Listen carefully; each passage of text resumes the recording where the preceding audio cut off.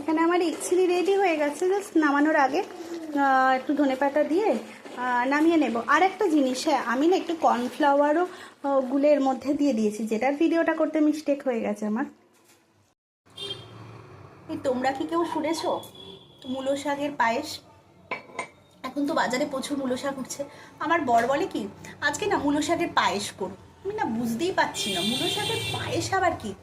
আমি যেহেতু ঘটি বাঙালির একটা টুইস্ট আছে, তাই রান্নার মধ্যেও টুইস্ট আছে।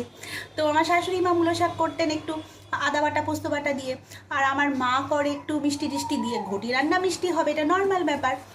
আমার বর মানে ভেবেই পাই না মূলো শাকের পায়েস আবার কি বলে। এই যে তোমার মা যেভাবে মূলো শাকটা করে মূলো শাকের পায়েস, সেটা আজকে করো। মানে ভাবতে পারছো কিভাবে ইনসাল্ট।